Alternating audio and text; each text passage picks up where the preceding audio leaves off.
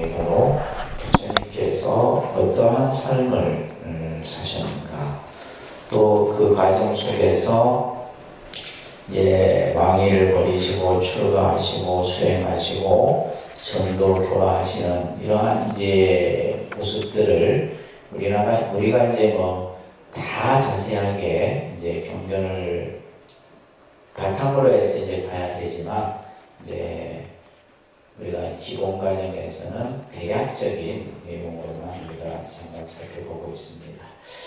그래서 이제 전체 여러분들이 이해하기 위해서는 부처님의 생애를 8단락의 모습으로 이렇게 설명한다고 했어요. 그죠?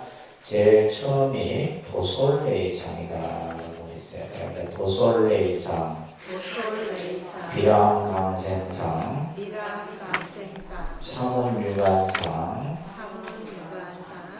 유성출가상, 설산수도상, 수화항마상, 노건정법상. 자, 저희가 이제 이 노건정법상의 내용을 지금 이제 보고 있는데, 지난 시간에 어디까지 했죠? 지난 시간에 누구 제도하는 것까지 했어요? 그냥 상담 들어가셔도 될 것 같은데요, 스님. 지금 10반까지 다 했나? 24초까지 다 했는데요. 네. 10반까지 했어요? 아, 10번 안 했어요. 아, 그러니까 중요한 게 10반인데 10반을 넘어가려고 그래요.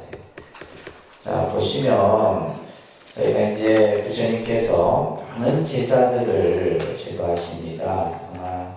그 당시 이제 빈비사라왕을 비롯해서 파사이광이라든지 왕족들을 교화하고, 당시에 이제 그 부처님이 이런 교화할 시기에는 인도의 사회 경제가 굉장히 급변하는 시대였어요. 그래서 무역이라고 하는, 무역을 통해서 이제 말 그대로 이제 상공업 시대로 접어드는 그런 시대다 보니까 이제 그 돈을 많이 버는 그런 어떤 그 요즘 말로 하면 뭐 재벌이죠, 그죠? 이런 이제 분들이 많이 출연을 합니다. 재상가들이. 근데 이제 왕족과 이 재상가들이 이제 불교의 기회를 하게 됨으로 인해서 짧은 시간 안에 우리가 이제 인도 사회에 불교라는 종교가 어떤 중심의 역할을 하게 되는 가장 큰 요인이 바로 이제 그 두 가지 요인이라고 보시면 됩니다.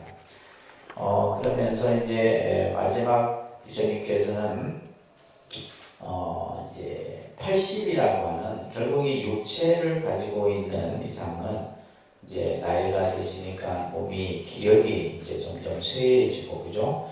그러면서 열반지가 이제 쿠시나가라라고 하는 열반지를 향해서 길을 떠납니다. 길을 떠나는 과정에서도 이제 많은 제자들을 또한 제도하고 교화하는 이런 모습들을 보여주시는데, 경전에서는 이렇게 이제 표현하고 있어요. 아나나나, 내가 이제 나이가 들어서 쇠하였다. 마치 내 몸은 낡은 수레와 같아서 내가 좀 더 수리하여 가고자 한다. 그러면서 방편의 힘으로써 내가 잠시 이 목숨을 머물게 하리다라는 이제 이러한 말씀을 하시면서, 이제 아무래도 이제 연세가 있으시니까 이제 육체적인 고통이라든지 이런 것들이 있으시게 됩니다. 그러면서 이제 마지막 이제 그 구시나가라에 도착하셔서 나무가 두 그루가 있는데 이것을 사라상수라고 해요. 그 두 나무 그늘 아래에 이제 자리를 마련하고, 그러면서 이제 실질적인 이제 열반에 드시기 직전에 부처님께서 하셨던 말씀이 이제 여러분들 교재에도 나와 있듯이 열반경에 나오는 내용입니다. 자등명, 법등명이라고 하는 유명한 부처님의 마지막 교설이에요. 자기 자신을 등불로 삼고라는 이제 그런 구절이죠, 그죠? 나타납니다. 자기를 등불로 삼고 자기를 등불로 삼고 법을 등불로 삼아라. 법을 등불로 삼아라. 이제 이 지금 말씀이 어떻게 보면 부처님께서 49년간 중생들을 만나고 교화하면서 설했던 모든 가르침이 함축되어 있는 그런 말씀입니다. 자기를 등불로 삼아라. 또한 법을 등불로 삼아라. 그리고 자기에게 귀하고 법에 귀하라. 자기 법귀라고 하는 표현이 있는데 자기 자신에게 귀하고 법에 귀하라. 쉽게 얘기해서 이 세상에 가장 존귀한 자가 누구냐? 자기 자신이다 이런 얘기예요. 우리가 이 세상에서 가장 존귀한 존재이다 이런 거예요. 그리고 또 우리가 이제 의지할 대상도 누구냐? 자기 자신이다. 그런데 이제 우리는 살면서 의지할 대상이 이제 그죠? 우리가 지금 살고 있는 자본주의 사회는 돈에 의지하고 권력에 의지하고 그죠? 또는 이제 부모, 자식, 형제 이렇게 의지하는데 그것은 잠시 의지할 수는 있겠지만은 영원히 내가 의지할 대상은 되지 못한다. 그래서 마지막에 법에 귀하라 이런 말씀을 하시면서 이게 이제 불교의 가르침이에요. 불교의 가르침이 뭐냐? 항상 자기를 중심으로 모든 것을 설명하고 또한 부처님의 법을 근본으로서 우리들이 세상을 살아가는 지혜를 갖도록 하는 겁니다. 자, 그러면서 따라합니다. 진리를 위하여 게으르지 말고 정진 노력해라. 이 구절이 이제 또 유명한 구절입니다. 진리를 위하여 게으르지 말고. 그래서 이제 우리가 이 세상을 살아가는데, 그죠? 대부분의 이제 훌륭한 사람들, 뭔가 자기 인생의 어떤 목적을 이룬 사람들 보면 대부분 부지런한 사람들이에요. 게으른 사람 치고 성공한 사람은 극히 드물다. 그래서 불교가 가지고 있는 이제 근본 정신이 정진이죠, 정진. 정진이라는 말은 끊임없이 나아가는 거예요. 끊임없이 한 걸음 한 걸음 나아가서 결국 내가 이루고자 하는 목적에 이르는 것이 바로 불교에서 말하는 정진인데, 그래서 게으르지 말고 정진 노력해라. 그러니까 부처님의 가르침이 이거예요. 어렵지 않지 않습니까, 그죠? 그러니까 우리가 부처님의 가르침을 많은 사람들이 어렵다라고 생각하는데 그것이 아니라 우리가 어떻게 살아야 하고 어떤 지혜로서 세상을 바라봐야 되고 이러한 가르침들이 부처님의 가르침을 통해서 우리가 볼 수 있는 겁니다. 지금 이제 여기 보시면 이게 이제 쿠시나가라에 있는 부처님의 열반상이에요. 부처님이 이제 열반하셨던 그 모습을 이렇게 그 열반지인 쿠시나가라에 가면 이 열반상을 우리가 볼 수가 있어요. 그래서 많은 사람들이 이 열반상에 가서 예배를 드리고 합니다. 그런데 이제 이 부처님이 인멸 직전에 보면 이제 춘다라고 하는 이제 이 대장장이가 준 버섯 공양을 드시고 사실은 건강이 더 안 좋아져요. 근데 그 버섯 공양에 독버섯이 들어있었어요. 네, 이제 여러 종류의 버섯이 있었는데 그 버섯에 독버섯이 들어있어서 사실은 이제 부처님께서는 알고 있으면서도 그 공양을 정성스럽게 올린 춘다의 마음으로 그 공양을 드시면서 더 몸이 안 좋아집니다. 그러면서 아라나는 나를 위하여 사라상소 사이에 누울 자리를 마련하되 머리는 북쪽으로 얼굴은 서쪽으로 행하게 자리를 걸어라. 그러면서 여기서 이제 중요한 말은 장례, 모든 장례와 관련된 절차는 제가 신도들에게 맡겨라. 이게 이제 부처님께서 마지막. 그래서 당시에 누가 이 장례를 전무했냐면 그 당시에 8나라의 왕들이 장례를 주관합니다.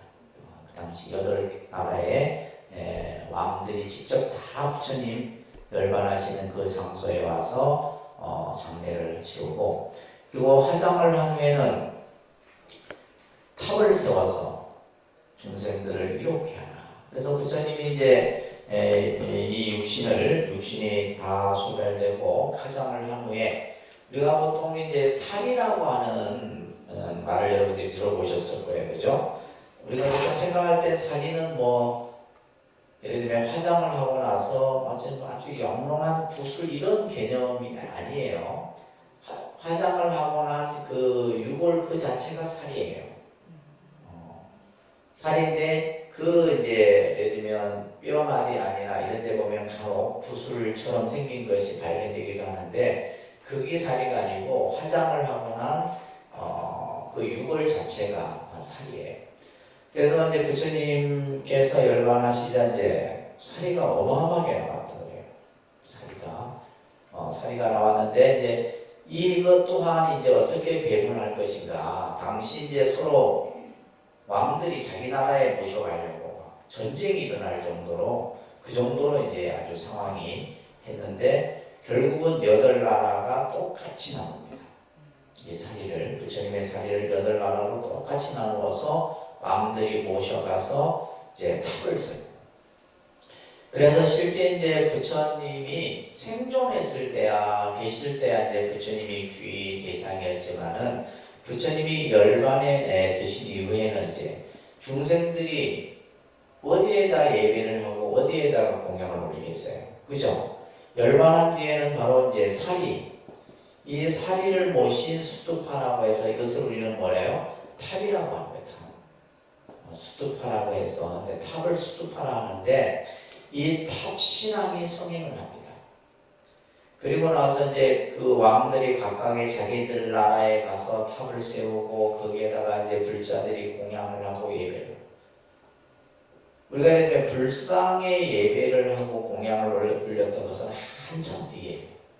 그러니까 초기에는 뭐다? 탑 신앙이 성행. 그래서 이제 여러분들 동남아 불교 국가 예를 들면 미얀마라든지 스리랑카라든지 그죠? 태국이라든지 이런 나라들 보면 탑이 중심이에요. 탑이 중심입니다.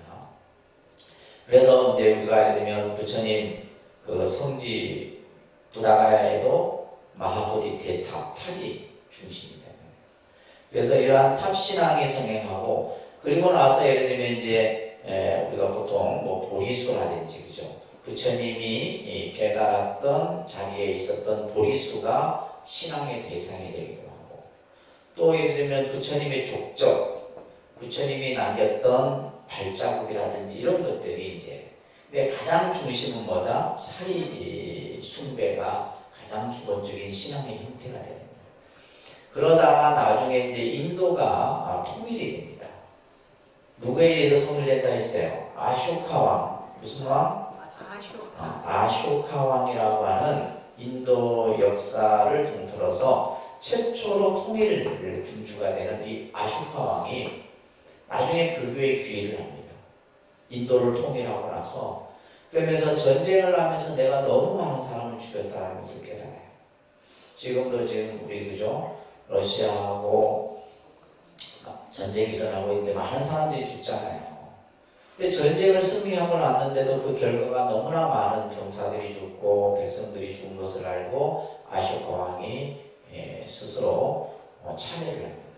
그러면서 부처님의 사리를 전부 다 모아서 인도 전역에 84,000개의 탑이 있어요. 그 탑마다 부처님의 사리를 전부 다시 보관합니다.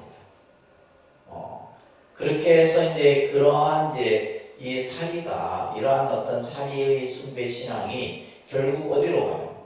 중국, 그죠? 이제 중국이나 또 뭐요? 스리랑카가 이제 기본 제일 처음에 이제 부처님의 전법 교화가 전해졌던 곳인데 스리랑카라든지 중국이라든지 그래 그렇게 해서 이 과정을 거쳐 갖고 이제 스님들이 예를 들면 인도에 가서 그죠? 중국의 스님들이 현장 스님이나 이런 스님들이 인도에 가서 사리를 모셔오고 또 우리나라 같은 경우는 예를 들면 자장불사 이런 스님들은 중국에 가서 부처님의 진신사리를 받아서 모셔와서 그죠? 우리나라에 5군데의 탑을 세우잖아요. 사리탑을. 부처님의 진신사리라고 해요. 그 5군데를 우리는 뭐라 그래요? 정멸복음이라고 합니다. 뭐라 한다고요? 정멸복음. 그래서 가장 상징적인 거죠. 가장 신앙에 어떻게 보면 이제 중심이 될 수 있는 공간이기도 하죠. 근데 그 대표적인 절이 어디예요? 통도사예요. 통도사. 통도사, 저 설악산, 봉정암, 그죠? 태백산, 정암사, 뭐 이렇게 5군데 절에다가 이제 사리를 모시게 되고, 그러면서 또 이제 스님들이 이제 이런 스리랑카나 미얀마나 이런 데 가면 또 이제 스님들이 또 사리를 모셔와. 지금 우리 독립선언에도 대웅전에 이렇게 사리함이 있어요. 작은 거. 그게 사리가 지금 3건가 들어가 있어요. 그래서 나중에 이제 요게 탑을 크게 세우면 그게다 이제 모시려고 탑을 저것도 아니죠. 사리를 정말 희한한 인연으로 저희가 지금 모셔오게 된 거예요. 예, 그래서 이런 어떤 사리 숭배, 그래서 탑을 세워서 하는, 탑 안에 이제 사리를 봉안하고, 또 요즘에는 이제 부처님 복장 안에도 사리를 넣습니다. 부처님, 우리가 불상을 조성하잖아요. 조성하면 그 안에다가도 사리를 넣어요. 복장에. 이런 신앙의 형태들이 나타나게 됩니다. 자, 그렇게 해서 부처님이 이제 마지막 수박다 비구를 제도하시고 열반에 드시게 되는데, 열반이라는 것은 죽음이라는 뜻이 아니라 그랬어요. 그죠? 열반의 의미는 뭐다? 깨달음, 해탈의 뜻을 가지고 있다. 이거 꼭 기억하셔야 돼요. 우리가 이제 불교에서 스님이 열반에 드셨다. 스님이 돌아가셨다. 그죠? 그래서 이제 여러분들 이 열반의 개념을 조금 교리적으로 좀 이해를 하셔야 되는데, 열반도 반열반이 있고 완전한 열반이 있어요. 그러니까 반열반, 완전한 열반, 이렇게 이제 쉬운 말로는 이렇게 합니다. 반열반, 그다음에 완전한 열반 이렇게 하는데, 이것을 이제 예를 들면 유여열반 이렇게 얘기해요. 유여열반, 무여열반, 네, 유여열반, 무여열반. 유여열반은 뭐냐면 유자는 뭔가 남아있다. 뭐가 있다는 거야? 육체가 있는 상태에서의 깨달음은 유여열반이라고 해요. 그러면 서가모니 부처님께서 보리수 아래에서 깨달음을 얻은 것은 뭐예요? 유여열반이에요. 이건 반열반이에요. 깨달음을 이루었지만 육체가 남아있으니까 어떻게 해요? 부처님도 몸에 등창이 나기도 하고, 몸이 아프기도 하고, 감기에 걸리기도 하고, 그죠? 예를 들면 벌레에 물리기도 하고, 이런 이제 그로 인해서 뭐예요? 짜증도 나기도 하고 나는 거예요. 깨달음을 이루었지만 아직 육체로 인해서 생기는 번뇌가 남아있는 거예요. 무슨 말인지 아시겠죠? 육체가 있음으로써 생기는 겁니다. 그러니까 나이가 드니까 어떻게 돼요? 힘이 들고 기력이 없고, 이런 건 뭐냐면 몸으로 인해서 생기는 번뇌다 이 말이에요. 그래서 이것을 유여열반이라고 하고, 마지막 완전한 열반, 무여열반은 뭐예요? 육체까지도 다 소멸된 상태. 이것을 완전한 깨달음이다라고 얘기를 하는 거예요.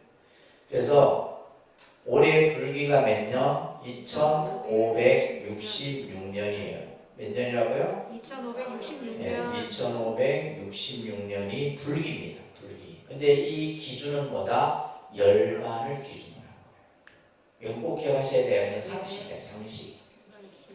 불교에서의 불기는 열반으로 기준했다. 그 이유는 뭐다? 열반이라는 의미가 깨달음이라는 의미예요. 니르바나, 번뇌로부터 완전히 벗어난 상태. 이것을 열반이라 하는데, 그래서 이제 이 마지막 이제 부처님께서 80이 되던 해 2월 15일에, 그죠? 2월 15일에 열반에 드시게 됩니다. 자, 여러분들 이제 기억해야 될 것은 이제 우리가 4월 8일이 부처님 오신 날. 자, 부처님 오신 날. 그래서 이 명칭도 예전에는 뭐 석탄일, 뭐 석가탄실 이런 말은 이제 우리 불자들부터 용어 자체를 바꿔야 돼요. 이제 예를 들면 국가에서도 이제 그 달력에 표기를 그렇게 하도록 했는데도 간혹 보면 석탄일, 공휴일에 석탄일, 석가탄신일까지도 쓰고 있어요. 안 맞는 표현입니다. 그래서 우리가 이제 종단에서, 조계종에서 모든 이제 이 명칭, 언어 이런 것들도 조금 사람들이 쉽게 이해할 수 있도록 그것을 이제 자꾸 바꾸고 있는데, 그래서 부처님 오신 날 이렇게 하는 거예요. 그래서 부처님 오신 날, 사람이다. 부처님 오신 날, 부처님 오신 날 음력으로 며칠? 4월 8일입니다. 근데 사람들은 공휴일만 기억하지 이 의미를, 그래서 부처님 오신 날이 왜 우리가 이제 연등을 밝히고 또 이런 이제 그 며칠 전에는 서울에서 대규모 연등 축제가 열렸었어요. 여러분들 뉴스나이도 보셨어요? 네. 그 연등회라고 해서 이것이 이제 고려 시대 때부터 행해져 왔던 겁니다. 원래는 신라 시대를 거쳐서 고려 시대 때는 아주 뭐 국가적 차원에서 연등회가 열렸었는데, 이것을 계속 해왔죠. 계속 해왔습니다. 우리나라에서. 그런 것들을 바탕으로 해서 저희가 이제 인류문화유산 유네스코의 연등회를 등재를 했는데, 등재 신청을 했는데 작년에 유네스코 인류문화유산으로 등재가 됐어요. 이 의미는 뭐냐면 연등회가, 연등축제가 불교만의 행사가 아니라는 거예요. 이거는 뭐다? 국가에서 하는 행사다. 그래서 연등축제, 연등회는 인류문화유산 유네스코에 등재됨으로 인해서 모든 행사에 그 들어가는 경비가 국가 예산으로 지급돼요. 제가 이거 어제 그때 그것 때 아닌데 연등은 토요일날 했었는데 제가 그 행사에 참여를 오랜만에 했었거든요. 오랜만에 가서 쭉 처음부터 쭉 했었는데 3년 동안 못 했었잖아요. 코로나 때문에 3년 동안 못 하다가 거의 뭐 다 손놓고 있었던 거죠. 코로나 기간 동안. 그러다가 이제 작년에 이제 그 유네스코에서 지정서가 오는 바람에 간략하게 하고, 올해 이제 3년 만에 처음 했었는데 생각 외로 행사가 굉장히 이렇게 장엄하고 되게 화려하게 잘 됐어요. 사람들이 많이 오고 이런 것보다도 실제 보니까 외국인들이 너무 많은 거예요. 외국인들이. 그래서 예전에는 이제 코로나 이전에는 이 연등회를 보기 위해서, 우리 전통문화 연등회를 보기 위해서 외국의 관광객들을 모아서 그 코스에 넣습니다.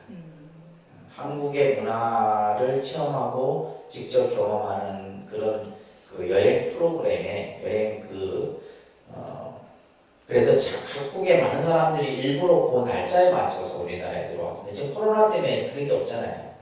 현지에 지금 한국에 있는 외국인들이에요. 근데 너무너무 많은 사람들이 연등회에 자발적으로 참여하고 누가 뭐라 할 것도 아닌데, 그래서 그만큼 뭐다? 세계적인 페스티벌이 됐다.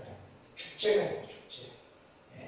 그래서 뭐 딱딱하고 뭐 장엄하고 이게 아니라 그냥 정말 활기 넘치고 함께 기뻐하고 이런 축제의 그러한 마당들이 됐고, 또 하나는 이번에 보니까 이제 사실은 지금 이제 우리 불교가 보면 좀 이따 얘기하겠지만 젊은 세대들이 별로 없어요. 지금 보면 20대, 30대 요 층이 지금 거의 없어져 가고 있어요. 그런데 지금 이제 이번에 연등축제 때 보니까 우리 이제 각 대학마다 서울대학교, 연세대학교, 고려대학교, 서울에 있는 서강대학교 등등 불교 학생회라는 게 있어요. 불교 학생회. 그러니까 예를 들면 서클이죠. 서클인데 이번에는 굉장히 많이 참석하고 있어요. 아이들이.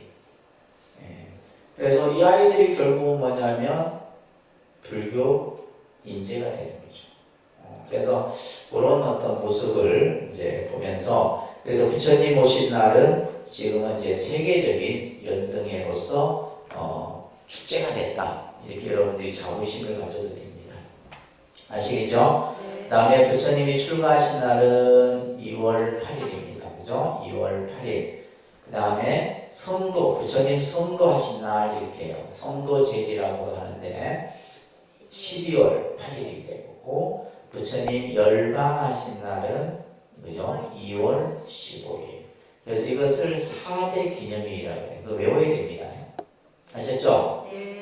부처님 오신 날, 부처님 출가하신 날, 다음에 성도하신 날, 열반하신 날. 그래서 이것을 4대 기념일이라고 또 하나 이제 우람분제라고 하는 것이 있는데 그것을 이제 포함해서 5대 기념일이라고도 합니다. 우리나라에서. 그래서 가장 중요한 그런 의미가 있고 그래서 이러한 이제 부처님의 생애 속에서 여러 가지 나오는 내용들 이런 것들 여러분들이 뭐 한 번 들어서도 다 이해하기는 어렵지만은 그래도 팔상성도를 중심으로 해서 조금 이해를 좀 해주시기 바라겠습니다. 아셨죠? 자, 이어서 오늘은 이제 종교란 무엇인가? 자, 여러분들이 이제 불교, 불처님에 대해서 이제 기본적으로 이해를 하셨는데 이제 이어서 종교에 대해서 조금 우리가 바른 안목을 가질 필요가 있다. 우리나라는 다종교 사회라고 이제 여러 이제 사회 현상을 이제 그 특징들을 얘기하는 가운데 하나가 바로 뭐냐면 바로 이 종교가 너무 많다는 거예요. 그래서 이 종교 백화점이라고도 불릴 정도로 우리나라가 종교가 많습니다. 여러분들이 생각하는 상상 이상의 종교들이 많다는 거예요. 그래서 예를 들면 불교만 해도 종파가 100개 가까이 됩니다. 불교만 해도 그 중에서 이제 가장 큰 종단이 이제 조계종이지만 나머지 뭐 천태종, 원불교, 진각종, 총지종, 무슨 종 해갖고 셀 수 없는. 그 다음에 이제 또 뭐냐면 이 유사조계종이 너무 많아. 유사조계종. 유사조계종이 그러니까 상표를 비슷하게 쓰는 거예요. 여러분들은 잘 모릅니다. 예를 들면 한국불교 조계종. 하면 사람들은 조계종만 보지 한국불교 저희는 뭐 대한불교 조계종이거든요. 대한불교 조계종인데 또 어떤 사람은 이제 유사 조계종을 한국불교 조계종. 그 다음에 또 뭐냐면 대한불교 선조계종 이렇게 앞에다 뭘 또 붙여 선. 그러니까 사람들이 잘 몰라. 그러니까 뭐 또 어떤 분들 옛날 분들은 뭐야 다 절이면 다 똑같은 절인 줄 알고. 그죠? 스님이면 다 똑같은 스님인 줄 알고. 그러다 보니까 거기에서 나오는 피해들이 너무 많아요. 너무 많습니다. 그래서 우리가 이제 잘 이런 것들을 이해를 해요. 예를 들면 기독교도 마찬가지예요. 여호와 증인부터 시작해서 그죠? 감리교, 안식일, 장로부터 해서 기독교는 거의 한 600개가 있거든요. 엄청납니다. 실제. 그 다음에 자기들 안에서도 뭐예요? 이단이라고 그러잖아요. 자기들 안에서도 이단이라 하고 막 서로 이제 갈등을 하고 하게 돼요. 그것만 있는 게 아니죠. 우리나라는 또 뭐가 있어요? 민족 종교가 있어요. 민족 종교.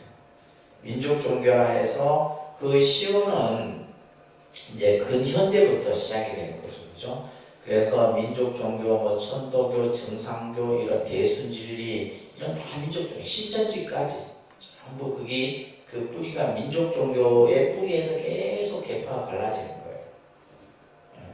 그러니까 이러한 다양한 종교의 어떤 그 이제 모습 속에서 여러분들이 이제 잘못된 종교관을 갖거나 잘못된 종교를 또 신앙한다고 했을 때는 여러 가지 문제점들이 생기는 거죠. 신천지와 같은 그런 문제라든지 대순진리 같은 경우도 보면 그러니까 이 민족 종교의 특징은 뭐냐면 대순진리에도 그렇고 신천지도 그렇고 뭐냐면 재산을 다 기부해요.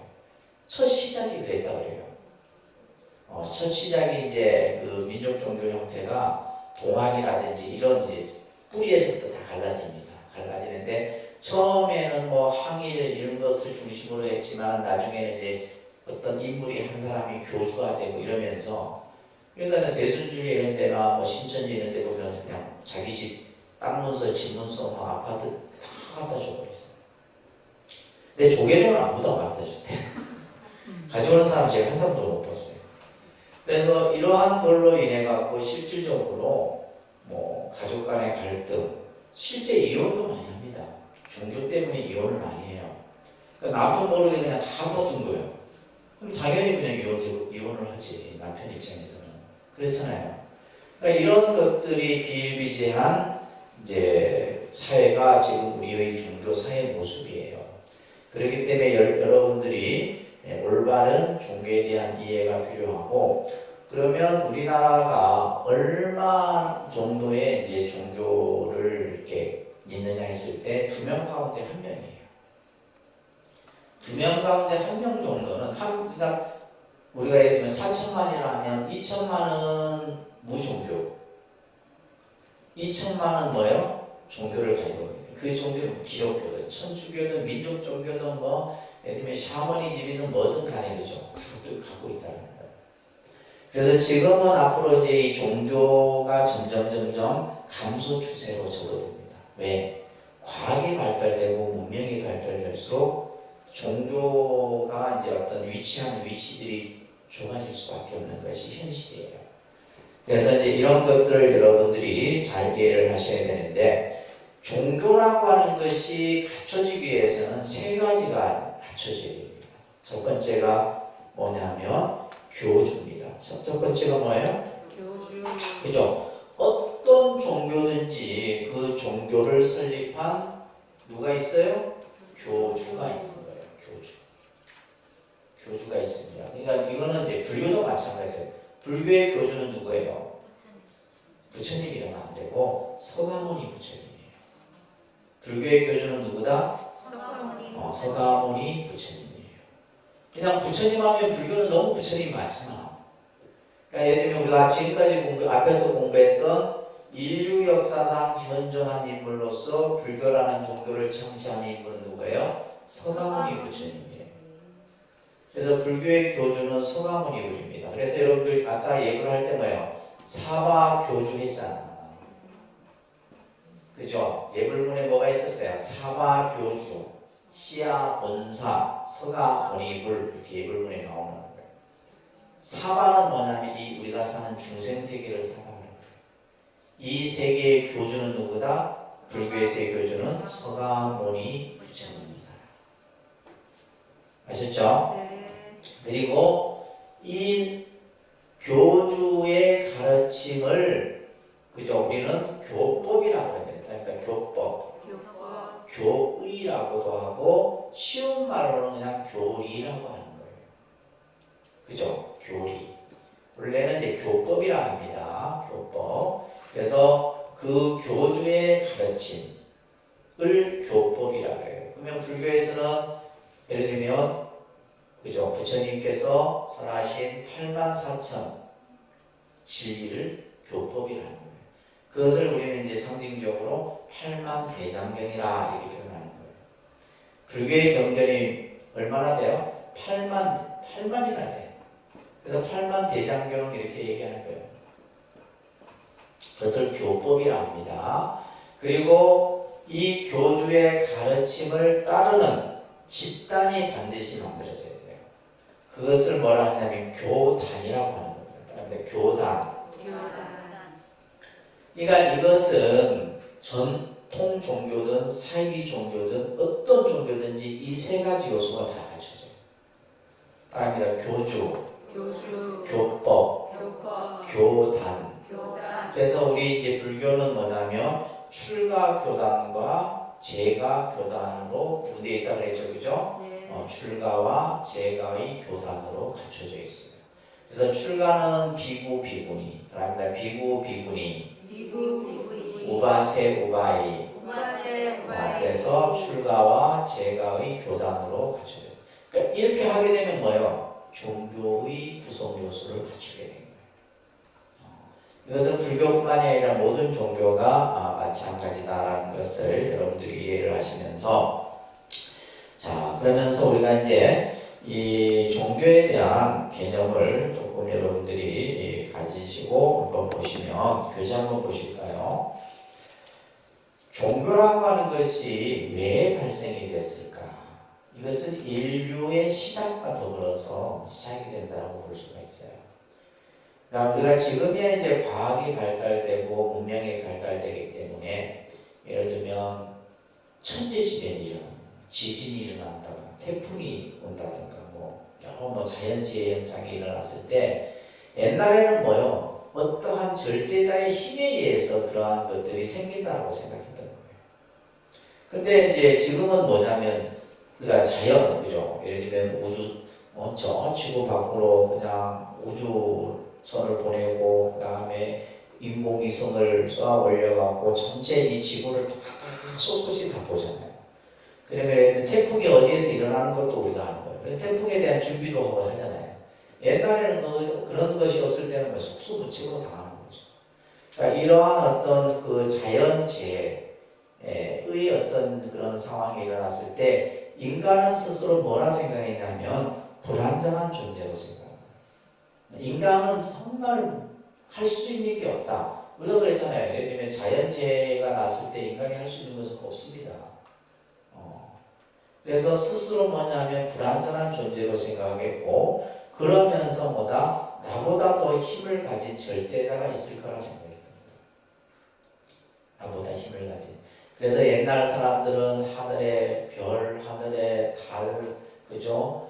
예를 들면 오래된 나무, 또 예를 들면 그런 것들이 점점 나와서 바다에는 용왕이 있고 산에는 산신이 있고 땅에는 지신이 있고 이런 것들에 대한 신앙들이 점차 이렇게 만들어진 거예요. 그러면서 인간은 스스로 뭔가 마음으로부터 절대자를 신고하는, 그러니까 인간이 스스로 나약할 때 우리는 종교에 의지하게 됩니다. 여러분들이 살아가는데 아무 근심 걱정 없으면 종교 믿을 필요 없어요. 그렇잖아요. 근데 어느 누구든 간에 예를 들면 예를 들면 돈이든 명예든 권력이 있든 사람일지라도 반드시 인생에 있어서 한 번은 내리막길을 걷게 돼요. 그럴 때 스스로 뭔가 자기가 의지할 만한 대상을 찾게 되는데 그것이 바로 종교예요. 근데 그럴 때 예를 들면 잘못 그죠? 게임이 확 넘어갔다거나 이상한 데 빠지게 되면 큰일 나는 거죠. 자, 그래서 밑에 보시면 윌리엄 제임스라고 하는 종교학자가 사람들이 어떤 유형으로 종교에 입문하게 되는가라고 했을 때 첫 번째는 예를 들면 종교에 귀하게 된 동기가 그냥 일반적인 여건이에요. 그러니까 예를 들면 우리 집안이 불교라서 내가 불교를 선택하고 내가 친한 친구가 불교니까 나도 불교를 가고 이런 것들 일반적인 거예요. 그죠?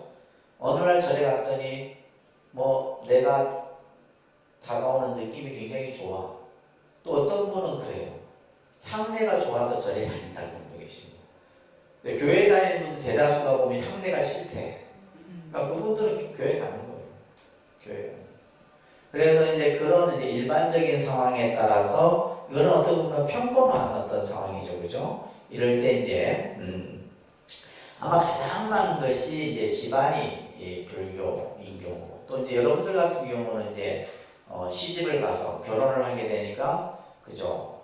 시댁이 종교가 뭐에 따라서 그냥 그 종교를 선택하는 경우도 있고 여러 가지 상황들이 있는 거죠. 그 다음에 하나가 뭐냐면 우리들이 살아가는 어떤 삶의 고난에 부딪혔을 때 뭔가 내가 힘든 일을 당했을 때 종교에 대한 의지하려고 하는 마음이 생기게 되는 거예요. 이 두 가지입니다. 그죠? 사람들이 종교를 선택하게 되는 데는 크게 이 두 가지 범주 아니에요. 자, 그런데 이 종교라고 하는 것은 단순히 종교 하나만을 보시면 안 되죠. 종교라고 하는 것은 그 시대의 정치, 문화, 예술, 경제에 많은 영향을 끼친 거죠. 그래서 우리가 예를 들면 서양은 결국 뭐냐면 서양 문화는 기독교 문화예요. 그죠? 기독교 사상, 기독교 정신, 기독교 역사 이것이 서양 문화의 뿌리를 이루고 있어요. 그러니까 예를 들면 동양 문화는 결국 유교도 있지만은 그 근본은 불교예요. 그래서 불교의 문화, 불교의 역사, 불교의 정신 이런 것들이 결국 예를 들면 우리나라에 불교가 들어온 지가 몇 년이면 1700년이에요. 몇 년요? 1700년. 1700년이 됐단 말이에요. 불교가. 그러니까 이것은 불교라고 하는 것은 단순히 하나의 종교가 아니고 우리나라, 우리 민족의 어떻게 보면 정신, 또 역사, 그 다음에 문화. 그래서 예를 들면 불교, 우리나라 문화재의 70%가 불교 문화재죠. 불교 문화재. 요즘에는 기독교나 이렇게 카톨릭 이 사람들이 이것만 보고서 배가 아픈 거죠. 라고 근대 문화유산이라고 하고. 근대 문화유산을 이제 또 이제 정부에서 그것을 보존하고 유지하기 위해서 그것을 받아줘요. 그래서 예를 들면 오래된 교회, 오래된 성당 이런 것들을 이제 또 그걸 하게 되면 뭐가 돼요? 보존, 관리, 유지를 위한 국가 예산이 들어가는 거예요. 그래서 예를 들면 이제 통도사라든지 해인사라든지 이런 절들은 전부 뭐예요? 단순히 절이 아니에요. 절임과 동시에 뭐다? 우리 문화의 그 어떤 공간인 거죠. 그러다 보니까 이제 여러분들 요즘에 이제 얼마 전에 그 정청래 라는 국회의원이 그죠? 어저께 와갖고 또 이제 중단에 와서 인사하고 가고 그랬어요. 했는데 그분이 이제 들면 이제 막 불교 사찰을 다 싸잡아서 그냥 봉이 김선달로 이렇게 했는데 사실은 여러분들이 잘 알아야 돼요. 우리나라의 예를 들면 그 국유림과 우리가 예를 들면 사찰림 그다음에 개인이 가지고 있는 이런 이제 임야들도 있고 있는데 예를 들면 우리가 예를 들면 그 설악산 국립공원, 내장산 국립공원, 지리산 국립공원, 국립공원이 있죠. 근데 그 국립공원의 대다수의 땅은 누구 땅이에요? 사찰사입니다. 설악산, 여러분들이 통도사 이렇게 가시면 통도사 보이는 땅이 다 통도사 땅입니다. 산 전체가. 예. 맞아요. 통도사가 가지고 있는 땅이 900만 평이에요. 900만 평. 어마어마하죠. 아예 그냥 경계도 안 그어놨어. 그러니까 제가 예전에 한번 그 지리산에 그 백장암이라고 하는 암자가 있는데 암자는 작아요. 근데 이 주신 얘기가 요 눈에 보이는 지리산 여기까지가 다 백장암 소유의 땅이에요. 근데 팔아도 서울의 타워팰리스 두 채도 못 산대요. 그러니까 예를 들면 그게 이제 그 땅이나 이런 사찰림들이 오래전부터 스님들이 그것을 보존하고 관리하고 유지하고 해야 했던 거예요. 그래서 예를 들면 이제 국가 권력이 그냥 국립공원이라고 딱 지정해 놓고는 예전에는 뭐냐면 여러분들 보시면 국립공원 들어갈 때 국립공원 돈 내고 그 다음 돈을 2번 냈어요. 또 그 다음에 문화재 입장료 내고 그러다가 문재인 정부가 들어와갖고 국립공원 그걸 없애버렸어요. 선심 쓰듯이 없애버리고 나니까 그 다음에 이제 사찰에서 문화재 입장료를 받는 거예요. 근데 그 문화재 입장료도 보면 60%는 국고에 들어갑니다. 사찰이 다 하는 게 아니에요. 60%는 국고에 들어가고 그러면 그 60%는 나중에 뭐냐면 기와를 예를 들면 교체한다거나 건물을 보수한다거나 했을 때 문화재 보수 유지비로 다시 또 나오는 거예요. 사찰이 가져가는 거는 얼마 되지도 않아요. 그리고 통도사 같은 데는 오히려 그냥 그냥 무료로 들어가는 사람이 더 많아. 그런데 이제 그런 어떤 잘못된 그 인식 때문에 그래서 이번에 아마 정부에서 이렇게 해갖고 이 문화재 사찰로에 대한 문화재 유지 보수 관리 비용을 별도로 줘서 점차적으로 아마 사찰 입장료를 없애는 걸로. 그게 예를 들면 계속 말썽이 생기는 거예요. 그러니까 예를 들면 등산을 좋아하는 사람, 나는 저희 아빠하고 등산하는데 왜 내가 입장료를 내야 되느냐 이거죠. 근데 그 산이 누구 산이에요? 사찰산이에요. 사찰 소유의 산이에요. 그렇기 때문에 그것을 유지하고 관리하기 위해서 받는 돈이라 사실은. 이런 것들을 이제 우리가 이제 잘 이해를 해야 되는데, 그래서 아무튼 이게 교재에 보시게 되면 서양 문화는 기독교 문화입니다. 동양 문화는 불교, 회교는 중동 문화, 이슬람교라든지 그죠? 그래서 이러한 문화라고 하는 것을 요즘에 문화라고 하는 영역은 굉장히 광범위해요. 우리 삶, 그죠? 우리가 어떤 살아온 어떤 관습 이런 것 가지고 전부 연결이 되어 있어요. 특히 우리나라 같은 경우 보면 산명과 지명이 다 불교와 관련된 것들이에요. 사실은 산명, 지명 있죠. 도로명 이런 것들. 그래서 예를 들면 울산 같은 경우는 문수 경기장. 문수라는 말이 불교 용어잖아요. 예를 들면 대구의 반야 불교 용어입니다. 산도 보세요. 우리 지금 장미만에 불모산 불교 관련된 거죠. 무학산 마찬가지죠. 이런 다 마찬가지. 산명도 전부 다 불교와 관련된 거죠. 그러니까 그것이 결국 뭐냐면 우리나라에 불교가 들어온 지 1700년이라고 하는 이 시간 속에서 불교는 그냥 단순한 하나의 종교가 아니라 우리의 삶과 문화와 정신이 그 속에 깃들어져 있더라고요. 그래서 이제 기독교나 다른 종교가 제일 주로하는 게 뭐예요? 연등입니다. 연등. 자기들은 할 수가 없어. 이거는 뭐냐면 1000년 이상 내려온 우리의 어떤 전통이다 이 말이에요. 그리고 여러분도 이번에 느꼈지만 종로의 8차선 도로를 다 그냥 막아서 사용하는 종교 행사는 불교 연등에밖에 없어요. 국가적으로. 예를 들면 기독교 부활절 같은 거 어제 그냥 체육관에서 하고 막 끝난다 이 말이에요. 근데 이런 뭐 수만 명이 모여서 각양각색의 연등을 들고 오죠. 또 외국인들이 막 환호하고 하는 이런 행사는 그래서 제일 부러워요. 또 하나는 뭐예요? 템플스테이. 그래서 이 사람들이 이제 처치스테이를 했다. 자기들도. 처치스테이 누가 가요? 왜냐면 외국인 템플스테이는 외국 사람들을 위한 우리 문화를 알리기 위해서 한 건데 처치스테이는 이 사람들 기독교는 자기들이 문화가 기독교 문화예요. 그러니까 처치스테이는 돼야 안 돼요? 안 되는 거예요. 그래서 유교도 요즘에는 이제 유교 그 스테이, 유교 사원이나 이런 데 가고 외국인들이 머물 수 있도록 이렇게. 그런데 템플스테이가 가장 이제 그래서 외국인들이 우리나라에 들어와서 어떤 것이 제일 중요하냐? 항상 보는 게 템플스테이입니다.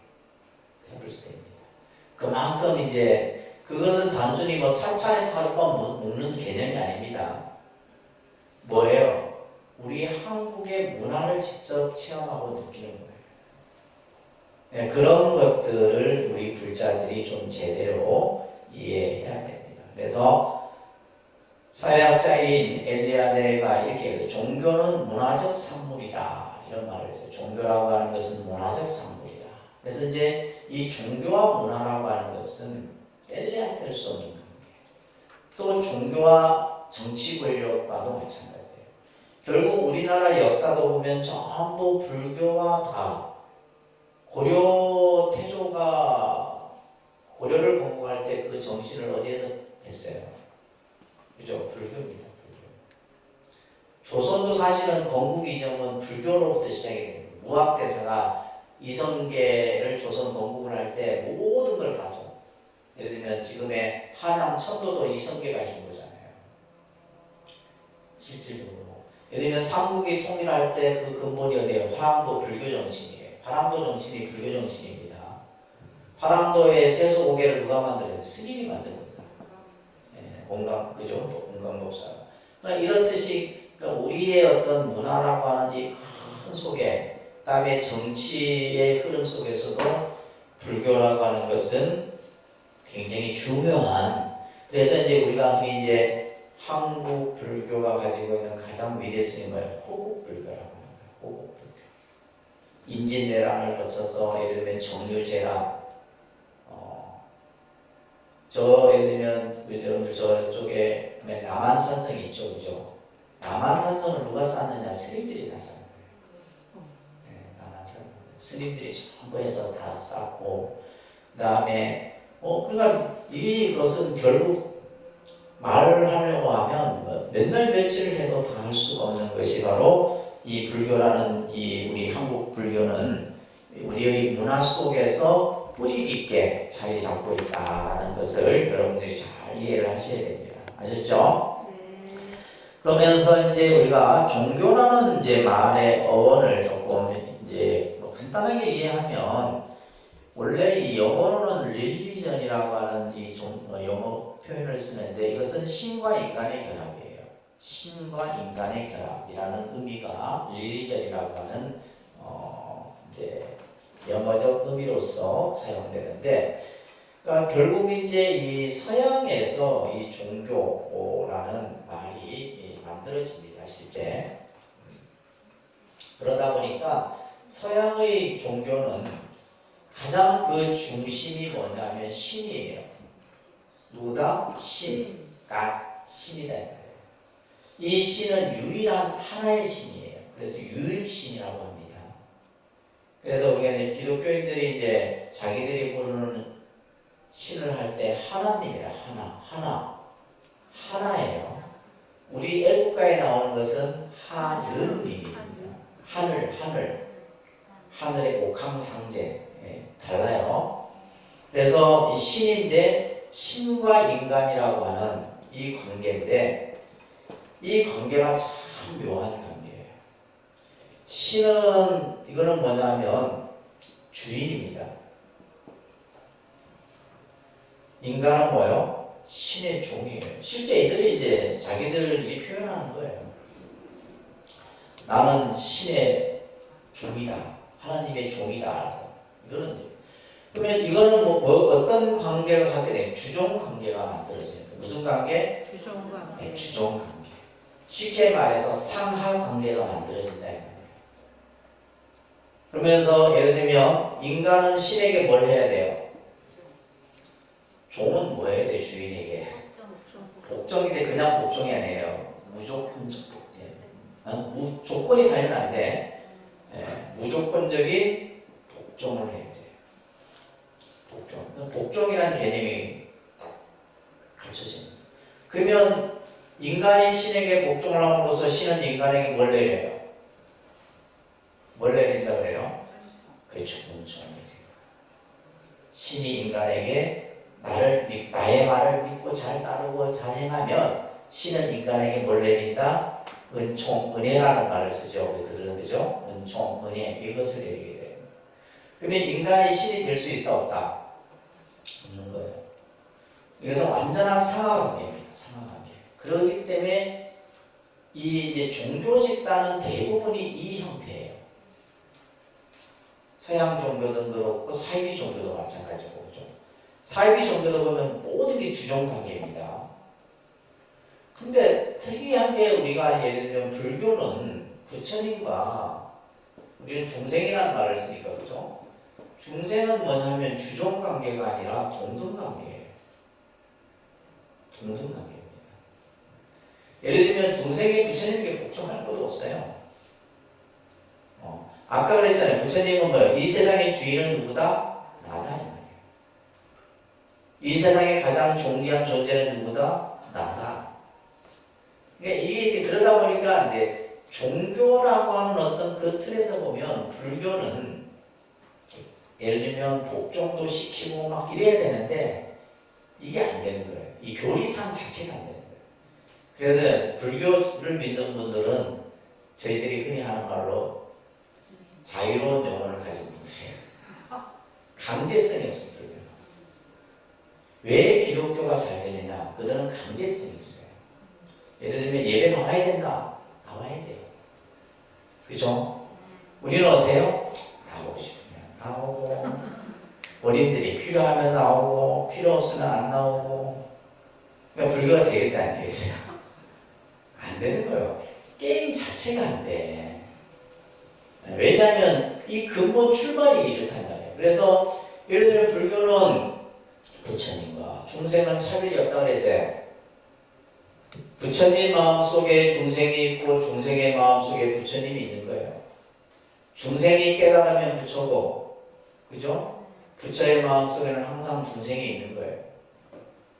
이게 불교의 가르침이에요. 그래서 불교는 평등합니다. 모든 존재가 다 평등하게 보는 거예요. 저 하찮은 미물일지라도 똑같은 거예요. 그러다 보니까 이제 불교가 가지고 있는 이러한 사상이 지금 우리가 사는 21세기에는 가장 이상적인 사상이라는 거예요. 이건 제가 하는 얘기가 아닙니다. 인류학자나 사회학자들이 하는 얘기예요. 그러니까 이러한 어떤 예를 들면 주종 관계에서 나에게 복종을 하느냐 복종하지 않으면 뭐가 되는 거예요? 이단이 되는 거고. 그러니까 예를 들면 십자군 전쟁이나 이런 걸 통해 갖고 결국 내 종교를 믿지 않는 사람은 다 죽여버리는 거예요. 이런 것들이 지금도 일어나고 있는 거예요. 예를 들면 우리가 IS, 이슬람, 기독교 간의 전쟁, 회교와 또 이런 갈등 이런 것들이 전부 이 안에서 다 이루어지는 거예요. 그래서 그러면 이 신과 인간의 결합이라는데 그러면 신의 그러한 가르침을 인간에게 전해주고 또 인간으로 하여금 신에게 결합시키는 요 중간 역할을 하는 매개체가 바로 누구예요? 성직자인 거예요. 성직자입니다. 그분들이 이제 신부고 목사고 이런 분들이. 그래서 종교라는 개념 자체가 신과 인간의 결합이라는. 그런데 이제 예를 들면 우리가 동양 사상에서는 종교를 읽겠습니다. 근본종 가르치고 있죠. 그러니까 이 동양에서의 이 한자에서 쓰여지는 종교의 의미는 신이라는 말은 하나도 안 나와요. 그냥 뭐요? 최상의 가르침. 그죠? 최고의 가르침이라는 뜻을 종교라는 의미 속에서 사용하고 있습니다. 그래서 이제 서양 종교학자들이 불교는 종교가 아니다라고 하는 이유가 뭐냐면 우리가 불교에서는 부처님을 신의 개념으로 보지 않는데, 그러니까 종교는 신의 개념으로 봐야지 모든 종교적 이 개념이 정립이 되는데 우리가 부처님은 신으로 보지 않잖아요. 또 불교는 부처님과 중생이 다 동등한 관계로 보고 하다 보니까 이제 서양의 종교학자들은 불교는 종교가 아니다라는 이런 말을 쓰는데, 자, 그 밑에 보시게 되면 자, 현대 종교에서 이런 어떤 신과 인간의 결합이라는 의미는 19세기까지 이러한 개념이 유지됩니다. 이 종교에 대한 개념도 계속 변합니다. 그래서 19세기 종교관 찾으셨어요? 네. 19세기 종교관에 보시게 되면 신과 인간의 결합이에요. 네, 20세기 종교관. 20세기에 나타난 종교관은 따릅니다. 종교는 거룩한 것이며 성스러움을 살아가는 삶의 현상이다. 자, 이 말을 잘 이해를 하셔야 돼요. 20세기가 되면 종교는, 그러니까 19세기 때는 굉장히 어떤 신이라는 것을 중심으로 해서 종교가 이게 유지되어 왔어요. 그런데 20세기가 나면서 종교는 거룩하고 성스러운 것이며 우리들이 살아가는 삶의 모습이다. 20세기에 나타난 특징이 뭐냐면 대형 교회, 대형 사찰들이 세워져요. 그러니까 뭘 하나 짓더라도 그냥 막 크게 짓는 거예요. 크게. 우리나라도 지금 세계 10대 교회 중에 우리나라가 7개가 8개가 있어요. 네. 그리고 여러분들 유럽 갔다 오신 분 아시겠지만 유럽의 성당들 어때요? 어마어마합니다. 성당에 딱 들어가는 순간 인간은 뭐예요? 한없이 작아져요. 그 유럽의 성당에 한번 딱 들어가 보세요. 내가 저절로 종교에 대한 어떤 예경심이 그대로 일어나요. 이거는 뭐냐면 따로 말이 필요 있다 없다? 필요 없는 거예요. 종교 자체는 거룩하고 성스러운 거. 그러니까 그 종교의 그 어떤 성당이든 교회당이든 사찰이든 마냥 크게 그러면서 우리나라도 보면 동양 최대 불상 예를 들면 이런 것들이 만들어지는 거예요. 팔공산에 그죠? 예를 들면 총동 대불, 법주사의 총동 대불 이런 것들이 세워지는 거예요. 쉽게 얘기해서 이 얘기예요. 여러분들이 불상이 요만해, 손바닥만 해. 여러분들 입장에 우리는 시각적으로 본다 이 말이에요. 별로 크게 그냥 불쌍이구나 이렇게 하지 내가 별로 어떤 외경심이 안 일어나요. 근데 여러분들 법주사가 하신 분은 아시겠지만은 그 총동 대불이라든지 그죠? 일본에 가면 가마쿠라에 총동 그 대불이 있어요. 그것도 막 이렇게 쳐다보면 부처님은 막 이렇게 쳐다봐요. 막 자꾸 쳐다볼수록 뭐 다들 입 벌리고 있어요. 거기 가면. 그런 이제 종교의 문화 현상들이 나타나는 거예요. 예를 들면 여러분들이 다니는 사찰이 조그마한 절이에요. 그냥 조그만 자리니까 편하고 그냥 좋은 거지 그 이상 그 이하도 아니에요. 근데 여러분들 해인사나 통도사 가보셨죠? 통도사 들어가는 순간부터 뭐예요? 와 이런 그 뭐 수십 동의 건물 그죠? 어마어마하잖아요, 그죠? 그러면 그 들어가는 순간 이미 사람들은 뭐냐면 그 공간적인 분위기에 압도를 당하는 거예요. 그러니까 평상시에는 인사도 안 하는 사람들이 통도사만 들어가면 스님들한테 인사 잘한다. 평상시에 길에 봐도 뭐 쌩까고 이러던 사람들이 통도사 하면 막 보는 사람마다 계속 인사 받아준다고 그냥 막 힘들어요. 그게 왜 그런 현상이 나타나면 바로 우리들의 심리를 현상들이 그렇게 만들어집니다. 그런데 이제 21세기는 그 시대는 지나갔다는 거예요. 지금은 대형 교회, 대형 사찰 이렇게 해갖고 되는 게 아니에요. 21세기의 종교가는 다릅니다. 우리가 사는 지금 종교의 모습은 변하고 있다는 거예요. 그래서 뭐 큰 교회를 짓고 큰 법당을 짓는다 해서 사람들이 막 그냥 몰리고 이런 시대는 아니에요. 무슨 말인지 이해되시죠? 그러면 어떻게 변하냐 하면 21세기 종교가 이거 정리 잘 두세요. 21세기의 종교가는 지금은 기복 중심의 종교 형태에서 기복이라는 것은 나쁜 게 아닙니다. 기복이라는 말, 우리가 기복불교, 뭐 기복신앙 뭐 이렇게 얘기하는데 기복이라는 용어 자체가 나쁜 의미는 아니에요. 누구나 사람은 이 종교의 출발은 기복에서 출발합니다. 그렇잖아요. 종교의 출발은 기복이에요. 기복을 빼놓고 무슨 뭐 종교면 뭐 예를 들면 무슨 도를 얘기하고 철학을 얘기하면 도고 철학인 것이지 종교가 아니다. 종교는 사람들로 하여금 뭔가 내 가족이 편안하고 내 가족이 건강하고 내가 하는 일이 잘 되고 여기서부터 출발을 하는 거예요. 이게 기복입니다. 복을 바라는 거잖아요. 복을 내가 뭔가 나에게 좋은 일이 생기기를 바라는 마음. 지금은 이 시대가 지나고 있다는 거예요. 지금 사람들은 뭐냐면 기복 중심에서 뭐의 중심으로? 체험 중심으로 바뀝니다. 뭘로 바뀐다? 체험 중심. 체험 중심. 단순히 절에 가서 내가 복을 바라고 이게 아니에요. 체험 중심이라는 것은 이제는 뭐냐면 사람들의 사고가 성숙되고 물질 문명이 발달됨으로 인해서 삶의 질이 나아짐으로써 이제 나를 뭔가 찾고 나에 대한 어떤 영성적이고 정신적인 이런 부분을 찾기 시작합니다. 그래서 이제 기복의 형태가 점점 사라지게 되고 그러면서 이제 뭔가 스스로 하는 거예요.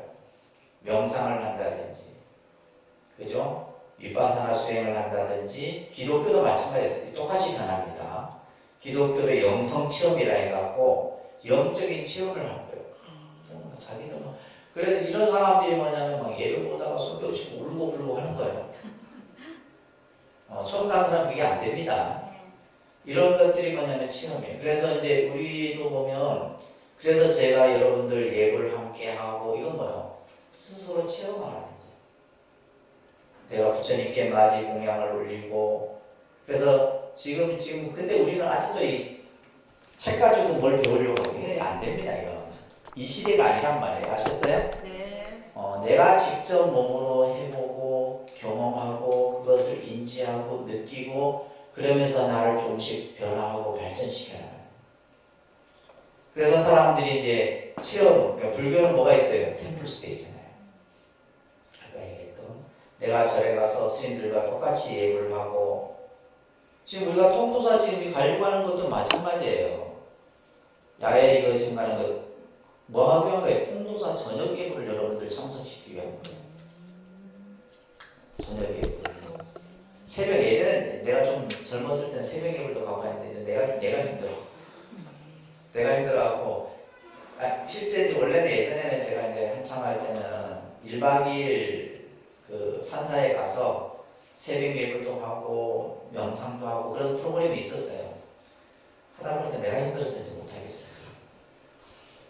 근데 효과는 책에 배우는 효과가 10배 이상의 효과가 나와요. 진짜요. 그래서 이제 저희가 지금 통도사 야외 수업 가는 것은 저녁에 스님들과 예불을 직접 그 법당에서 함께 하고자 하는 그 부분을 하게 한 거예요.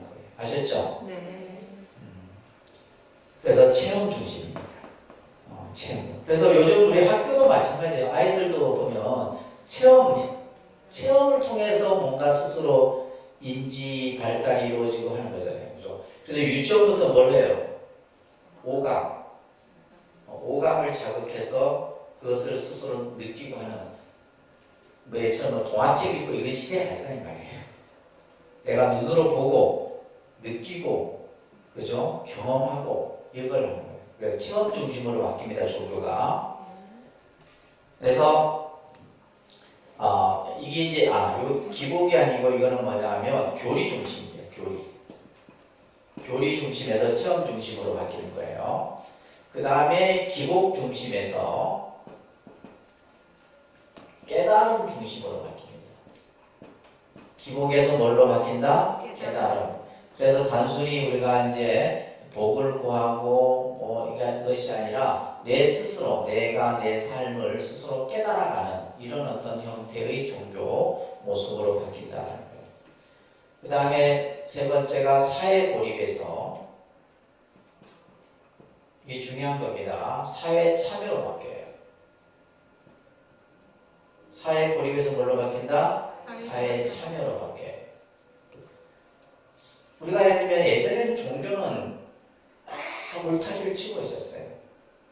울타리를 딱 쳐서 이것은 완전히 어떤 성스러운 어떤 하나의 영역으로서 어느 누구도 침범하지 못하는, 그리고 종교는 종교만 해야지 뭐 다른 거에 대해서 이렇게 하는 거에 대해서 별 좋게 보지 않았어요. 그런데 이제 지금은 뭐냐면 사회 참여라는 것은 결국 뭐냐면 지금 우리가 살아가는 데 있어서 가장 크게 대두되는 문제가 무슨 문제예요? 환경 문제, 그 다음에 인권, 노동, 그 다음에 복지, 이런 문제들이에요. 그러니까 이 문제들은 국가가 사실은 해야 되지만 국가가 다 할 수 있는 역량이 아니에요. 실질적으로 우리나라의 사회복지 시설은 국가가 하는 곳은 별로 없습니다. 무슨 말인지 아셨어요? 네. 예를 들면 국가가 하는 것은 아주 극소수예요. 나머지는 전부 뭐예요? 종교단체들이다. 기독교, 카톨릭, 불교. 우리 불교 조계종만 가지고 있는 사회복지시설이 200개가 넘어요. 전국에. 통도사만 가지고 있는 게 30몇 개예요. 그러면 각 사찰마다 다 뭐 예를 들면 이제 노인복지시설, 장애인복지, 청소년복지, 아동, 그 다음에 아동 어린이집, 이런 유치원 이런 것들이겠죠. 그죠? 이런 것들에 대해서 지금은 뭐예요? 종교가 적극적으로 참여를 하고 있다. 이런 시대로 변하고 있습니다.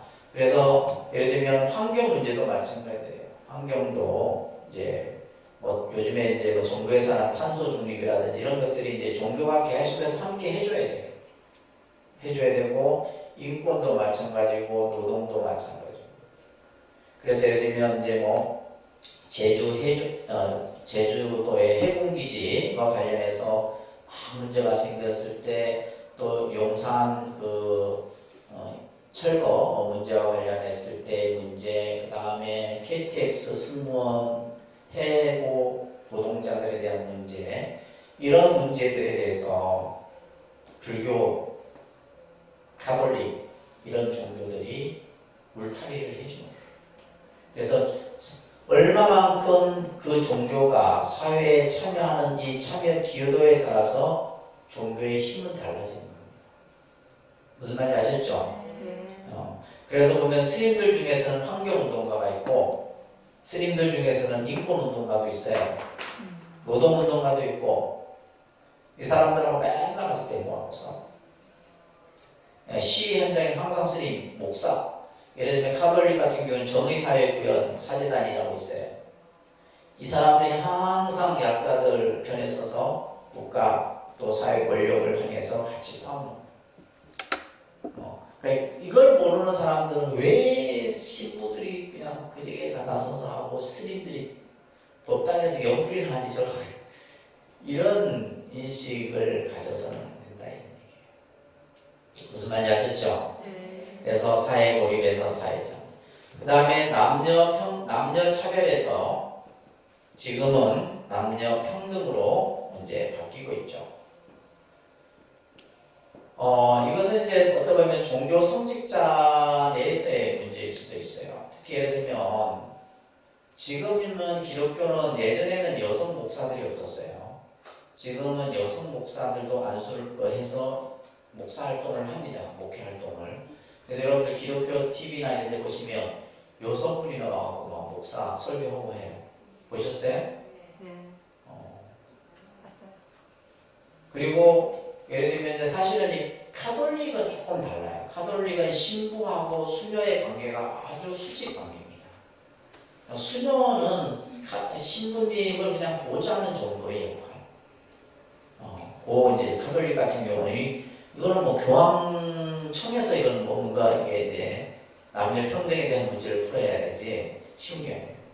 예를 들면 이제 우리 불교도 보면 비구 비구니가 있잖아요. 근데 예전에는 굉장히 좀 이렇게 좀 차별적인 요소가 있었어요. 그런 요소들이 있습니다. 80세 된 비구니라 할지라도 8살 된 산이에게 먼저 절해야 된다. 이런 조항들이 있어요. 그래서 비구니는 비구를 보면 먼저 절해야 된다. 이런 것들. 그러니까 봤을 때는 굉장히 이제 좀 완전 차별적인 요소죠. 그래갖고 우리가 이제 막 길 가다가도 저 비구니 스님이 인사를 할까 안 할까 안 하고 생겨보시죠. 그래서 지나가면서 뭐 됐다고 생각했어요. 지금도 그렇습니까? 그렇죠. 지금도. 근데 이제 좀 잘 배운 스님들은 인사하죠. 안 그래도 우리가 먼저 인사해버리지 그냥.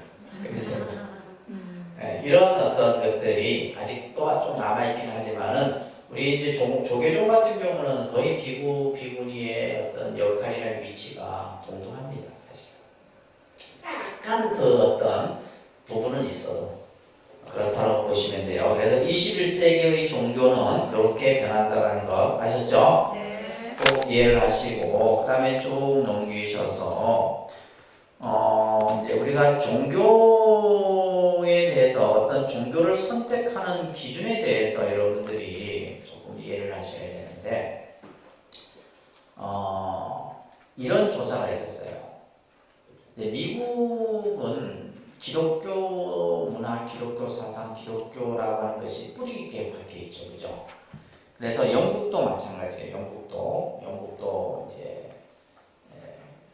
마찬가지인데 이들에게 이제 이게 설문조사를 했는데 천국에 있느냐라고 하는 질문을 했대요. 천국에 있느냐? 천국에 있다라고 생각하느냐라고 했을 때 미국인들의 80%, 영국인은 한 50% 이상이 있다라고 믿는 거예요. 이게 중요한 개념입니다. 왜냐하면 천국에 대한 개념은 기독교에서는 중요한 요소예요. 근데 예를 들면 여러분들 자 불교에서 말하는 극락이 있다고 생각하는 사람 손 들어보세요. 여러분들 보고 뭐 그죠? 뭐 극락이 어떤지도 모르는데 있습니다. 있습니다. 두 사람밖에 안 들은 거예요? 있습니다. 네. 두 사람밖에? 있습니다. 극락이 있습니다. 자, 극락이 있다라고 이렇게 물으면 거의 우리는 95%, 99%가 확신이 없는 거예요. 이거는 굉장히, 그러니까 종교라고 하는 것의 가장 핵심은 뭐라 그랬어요? 믿음입니다. 믿음입니다. 이거는 불교가 됐든 기독교가 됐든 어떤 종교든지 마찬가지예요. 그러니까 이 믿음이 있느냐 없느냐와 같은 맥락의 질문인데 천국에 있느냐? 미국인들의 80%는 있다고 믿는 거예요. 이건 굉장히 뭐와 관련된다면 천국이라고 하는 것은 그들이 가고자 하는 마지막 이상의 세계예요. 천국이 있다. 내가 예를 들면 하나님에 대해서 열심히 기도하고 하나님을 잘 섬기고 하면 결국에 내가 천국이라는 것에 간다라고 하는 믿음, 이게 중요한 거잖아요. 이 천국과 관련해서 연결되어 있는 것이 바로 뭐냐면 11조예요. 11조입니다. 그러니까 이 11조는 뭐냐면 내가 나중에 천국에 갔을 때 내가 썰 것을 미리 지금 현재 내가 살면서 10분의 1을 떼놓고 그것을 하나님의 나라인 천국에 내가 먼저 보관하는 거예요. 나중에 그러면 내가 천국에 갔을 때 내가 쓸 수 있는 거라 생각하는 거죠. 이게 11조입니다. 그래서 내가 예를 들면 500을 내가 한 달에 벌면 50은 항상 11조로 교회에다가 하나님께 맡기는 거예요. 하나님께 미리 맡기는 거예요. 이게 11조 개념이에요. 그러니까 천국에 있다라는 믿음은 동시에 뭐와 연결되어 있다? 11조에 대한 신앙이 같이 연결됩니다. 그래서 믿음이 없는 사람은 요즘 보면 11조 교회 같은 경우는 반 정도 이상은 11조를 낸다고 보면 되고 가톨릭은 조금 낫답니다. 가톨릭은 교회보다는 믿음에 대해서 이렇게 막 강하게 하진 않거든.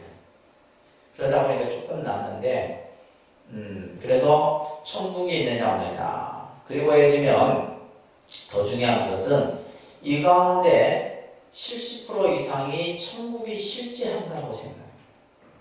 천국이 실제하는 곳이다라고 생각하는 거예요.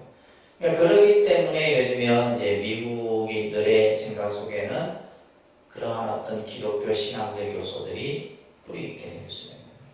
아까도 얘기했듯이 불교에서 말하는 우리가 극락이라든지 예를 들면 깨달음이라든지 뭐 이런 것에 대해서 우리는 확신이 사실 없는 거예요. 확신이 없고 그냥 단지 이제 절에 가서 그냥 기도하고 이런 것으로만 끝나버리는 거죠. 그래서 여러분들 교재도 나와 있듯이 우리가 이제 이런 어떤 살아가는 삶의 현상에 있어서 냉정하게 여러분들이 과연 종교라고 하는 것이 필요한가? 그리고 종교를 선택하고 믿어야 할 때 어떤 종교를 믿어야 할 것인가? 근데 이제 종교 신앙에 있어서 가장 중요한 것이 바로 뭐다? 믿음입니다. 뭐라고요? 믿음이에요. 그래서 이 믿음은 말과 언어를 통해서 나타내는 거예요. 여러분들이 경을 읽어요. 절을 해요. 다 믿음이에요. 부처님께 공양을 올려요. 그건 믿음이에요. 믿음으로서 다 하는 겁니다. 믿음이 바탕이 돼서 내가 다 하는 거예요. 그래서 그러니까 종교적 믿음은 초자연적인 것을 진리로서 용인하는 마음의 작용이다. 초자연적인 것이라는 것은 뭐냐면 모든 조건과 상황을 초월한다. 예를 들면 예수님이 부활하셨다. 그러면 그 부활을 어떻게 증명하고 그것을 어떻게 우리가 알 수 있느냐. 이건 돼야 안 돼요. 큰일 나게 쫓겨납니다. 그냥 예수님이 부활하셨다. 그러면 그 자체를 믿는 거예요. 예를 들면 천국이 있다. 예를 들면 천국을 믿는 거지. 뭐 천국을 예를 들면 천국에 대해서 근데 이제 불교는 보면 이제 우리도 불교에도 보면 천당이라는 세계가 있는데 그 세계에 대해서 33가지 세계로 구분해 놓고 그 세계가 어떻게 이루어졌고 어떻게 설명이 다 돼 있어요. 불교는. 근데 기독교는 어디를 봐도 그냥 없어요. 그냥 하나님의 나라 천국이라고 하는 정도예요. 그래서 예를 들면 신이 이 세상을 창조했다. 그러면 창조했다고 믿는 거지. 예를 들면 다인의 진화설이라든지, 그죠? 예를 들면, 하나님이 이 세상을 창조하기 전에 이미 인류 문명 역사가 있었다. 이렇게 반증하면 돼요, 안 돼요? 안 되는 거예요. 이게 종교의 믿음이에요. 그래서 종교적 믿음이라는 것은 절대적 믿음이라 했잖아요. 무슨 믿음? 그러니까 내가 생각을 가지고 이것을 예를 들면, 뭐, 믿는다, 안 믿는다, 가고 판단하면 돼요, 안 돼요? 안 되는 거예요. 그냥 믿음이에요. 그래서 이제 종교라고 하는 것은 저 사회주의에서는 이 종교를 되게 엄격하게 이렇게 제한을 하잖아요. 그래서 예를 들면 종교는 아편이다 이런 이제 표현을 사회주의 학자가 종교를 정의할 때 아편은 뭐예요? 마약과 같은 거예요. 뭐 되는 거예요? 세뇌야 세뇌. 제가 지금 여러분을 뭐 시키고 있어요? 세뇌를 시키는데 세뇌가 잘 안 돼. 왜 안 돼요? 의심을 가지고 있으니까. 의심의 눈초리로 제 얘기를 들으니까 세뇌가 되나 안 되지 이게 지금. 그렇지 않아요? 네. 제가 너무 잘 알고 있죠. 의심을 안 가져야 되는데 그냥 스님 말이 막 긴가민가 아닌 것 같긴 한데 내가 생각할 때 틀린데 이렇게 생각하니까 이게 안 되는 거예요. 그래서 이 종교라고 하는 것은 그래서 한 번 그 종교에 빠지면 헤어나지 못하는 거예요. 그러니까 이게 그냥 막 다른 사람이 봤을 땐 다 틀렸는데 본인 생각에 무조건 맞는 거예요. 아무리 누가 얘기를 해도 안 되는 거예요. 그래서 이게 무서운 거예요. 그래서 올바른 종교관을 가지라는 얘기예요. 무슨 말인지 아셨죠? 네. 그래서 그러면 어떤 것이 올바른 종교관을 갖게 되는 선택의 기준이냐? 첫 번째, 종교는 인간의 궁극적인 물음에 해답을 제시해야 한다. 그렇죠? 예를 들면 종교라고 하는 것은 요새 인간의 궁극적인 물음이라는 것은 본질적인 문제예요. 그래서 그것이 뭐냐면 나고 죽음의 문제예요. 그래서 모든 종교들이 다 말하는 것이 뭐냐면 죽음에 대해서 얘기를 하는 거예요. 죽음에 대해서. 그래서 예를 들면 천국을 간다, 극락을 간다, 이런 얘기들을 다 하는 거예요.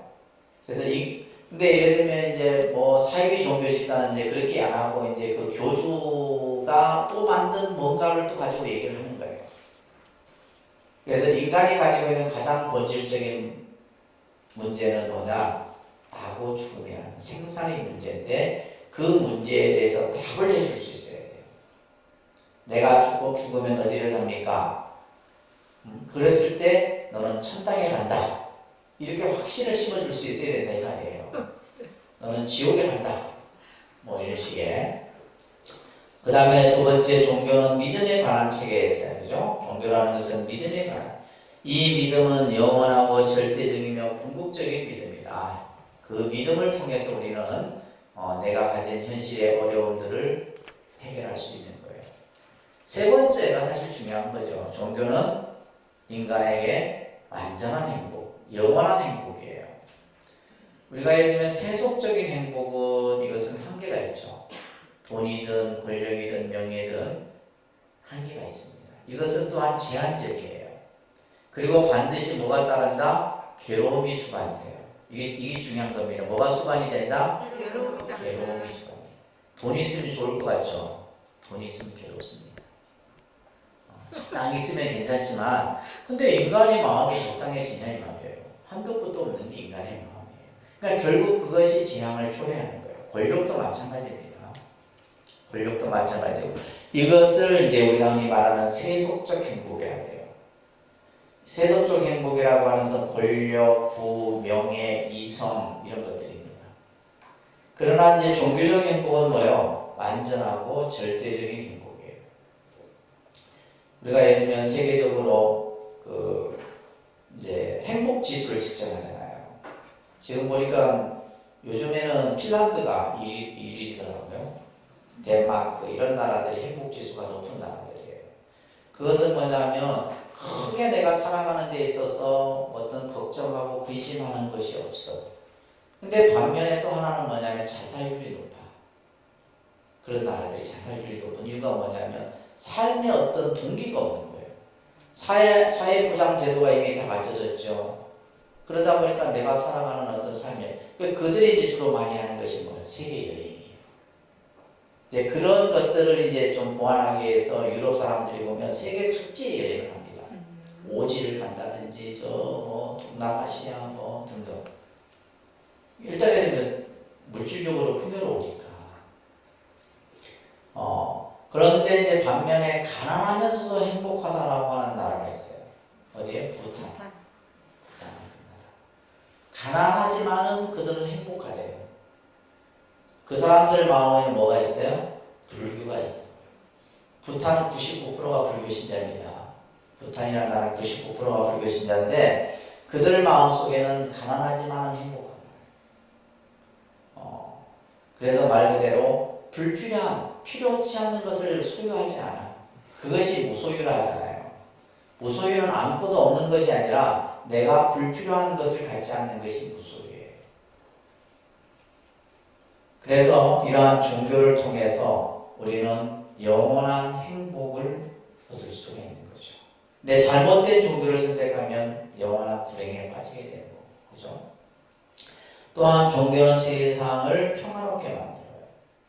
그렇지만은 지금 이제 보면 요즘 보세요. 교황 말도 안 듣고 누구 얘기도 안 들어. 교황이 맨날 얘기해도 뭐 그냥 푸틴은 뭐 니는 떠들어라 나는 할란다 뭐 이런 식이잖아요. 종교 지도자로서의 어떤 메시지가 정확하게 전달이 안 되는 시대예요. 그러니까 이런 것들이 사실 이제 종교가 그 역할을 해야 되는데 역할을 제대로 못 하고 있는 거예요. 세상을 좀 더 평화롭게 만들고 그죠? 전쟁이나 이런 것으로부터 없애도록 해야 되는데 그 역할을 못 하고 있는 거죠. 달라이 라마도 이제 나이가 들어서 힘도 없고, 그 다음에 이제 이런 것들을 우리가 이제 종교가 올바른 종교로서의 선택 기준을 여러분들이 이해를 하시면서 막스 밀러라고 하는 사회학자가 이런 얘기를 했습니다. 그러니까 한 종교를 아는 사람은 아무 종교도 알지 못한다. 이것은 우리나라 같은 다종교 사회에서 꼭 알아야 여러분들이 참 적당한 말이 아닌가 싶어요. 한 종교를 아는 것은 아무 종교를 알지 못한다. 그러니까 종교에 대한 이해폭이 뭐 해야 된다는 거예요? 넓어야 된다는 거예요. 그래서 여러분들이 기도, 이제 불교 공부 끝나면 성경 공부하세요. 한번 해보세요. 그래야지 내가 불교가 얼마나 위대한 가르침이라는 걸 알지. 그래서 이러한 어떤 우리가 이제 많은 다양한 종교의 유형들을 한번 보면 첫 번째가 이제 종교의 시온이라고도 할 수 있어요. 그러니까 이제 자연 숭배 신앙이라고 하죠. 자연 숭배. 그러니까 이거는 세계 모든 나라들이 다 공통적으로 뭐 우리가 예를 들면 고등 종교인 불교나 기독교나 뭐 이슬람교나 이런 종교들이 세워지기 이전에 그러니까 우리 인류는 뭐예요? 예를 들면 자연 현상에 대해서 거기에 어떤 영적인 힘이 있다고 생각합니다. 그래서 예를 들면 해, 신앙, 달, 또 아까 얘기했던 그죠? 별이라든지 바람이라든지 불을 또 많이 숭배했었고 그죠? 이런 것들을 볼 수가 있는데 이런 것들을 이제 예를 들면 어떤 아주 어떤 신령스러운 기운이 그 안에 있다고 생각했던 거예요. 이런 것들을 자연 숭배 신앙이라고 합니다. 그래서 이제 이런 것들이 이제 우리가 예를 들면 이제 뭐 산신, 목신, 수신, 화신 뭐 등등등 해갖고 그래서 우리 불교에서는 지금 여기 보면 여기 신중단이라고 그러죠. 신중단. 여기 보면 인도 신도 있고 중국 신도 있고 한국 신도 있고 다 있어요. 다 있습니다. 여기 신중단에 인도 신도 있고 한국 신도 있고 우리나라 신도 있고 우리나라의 신 대표적인 뭐 산신용왕이잖아. 칠성 이런 것들. 그죠? 중국 신도 있고 다 있습니다. 그러니까 이런 신들은 우리가 흔히 선신이라고 해요. 무슨 신? 선신. 선신은 뭐냐면 착한 일을 하는 사람을 보호하고 나쁜 일을 하는 사람을 벌 주는 게 선신의 역할이에요. 근데 여러분들 생각할 때 저런 과연 신중이 있겠냐? 의심을 가질 수도 있죠, 그죠? 근데 신중이 있어요, 없어요? 있어요. 그렇죠. 우리가 예를 들면 여러분들 화장실에 가면 정남실 옛날에 그래서 옛날 분들이 뭐냐면 화장실 같은 걸 개축하는 걸 굉장히 뭐랄까요 이렇게 어려워했어요. 그래서 화장실 앞에서 보사지내고 간다니까 우리나라. 저도 예전에 한번 그 화장실을 이걸 없애는데 되게 좀 그런 거예요. 그래서 예를 들면 이제 특히 우리나라 사람들 구랑신이 드는 해는 뭐 건축 행위를 하면 안 된다, 땅을 파거나 이러면 안 된다, 뭐 이런 얘기도 있고 그래요. 그래서 화장실 앞에 탁 사놓고 그냥 이 화장실에는 지금이야 우리가 이제 수세식이지만 옛날은 뭐예요? 푸세식이잖아요. 거기에는 수많은 생명이 사는 거예요. 그렇잖아요. 수많은 생명이 사요. 그래서 그걸 없애기 위해서는 그 생명들을 어떻게 해요? 잘 보내드리든지 편안하게 해주든지. 예를 들면 땅에는 뭐가 있고 지신이 있고 산신이 있고 산을 손댈 때는 산신에게 고해야 돼요. 우리가 나무에는 뭐가 있어요? 목신. 그래서 우리 오래된 나무 같은 거 배구할 때는 목신에게다가 고하고 그래야지만 그 영이 그 나무에서 나간다 이 말이에요. 그러고 나서 나무를 베야지 안 그러면 안 좋은 해를 많이 당하죠. 근데 이런 것들이 이제 자연숭배 신앙이에요. 자연숭배 신앙입니다. 그러다가 이제 나타난 것이 샤머니즘이죠. 그죠? 샤머니즘. 샤먼, 이거 무속이라는 거예요. 무속 신앙을 얘기합니다. 이 샤먼 신앙은. 그래서 이것 또한 이제 뭐냐면 이런 무당, 무속인들이 이제 예를 들면 점을 치거나 병을 낫게 하거나 그래서 이제 예를 들면 여러분들이 보면 이제 뭐 동자신이 들었니 뭐 용하다 막 줄서고 그러잖아요. 그래서 예를 들면 이제 이런 무속인들 집에는 뭐가 있냐면 대나무가 딱 있는데 그게 뭐냐면 신바지예요. 신바지. 신을 받기 위해서 있는 거예요. 그래서 이 사람들은 딱 보면 제일 딱 보면 뭐가 눈빛이 달라요. 눈빛 딱 눈 보면 신이 이 사람은 신기가 있는지 없는지 아는 거예요. 그리고 이 사람들은 이런 법당이나 이런 데는 이제 자기들이 차려놓은 법당은 자기 신을 모셔놓은 거기 때문에 상관이 없는데, 그러니까 우리 같은 이런 법당이나 이런 데는 좀 이렇게 두려워하죠. 두려워합니다. 그래서 이런 때 이제 또 그 신기가 있는 사람들은 그 신기가 계속 유지되는 게 아닙니다. 들어갔다 나갔다 들어갔다 나갔다 그래요. 그리고 그것을 유지하기 위해서 이 사람들은 반드시 뭘 해요? 산기도, 용왕기도 이걸 많이 해요. 그래서 간포에 가면 구타하는 사람들 많거든요. 다 무당들이에요. 간포 앞바다 있죠? 안 가보셨구나.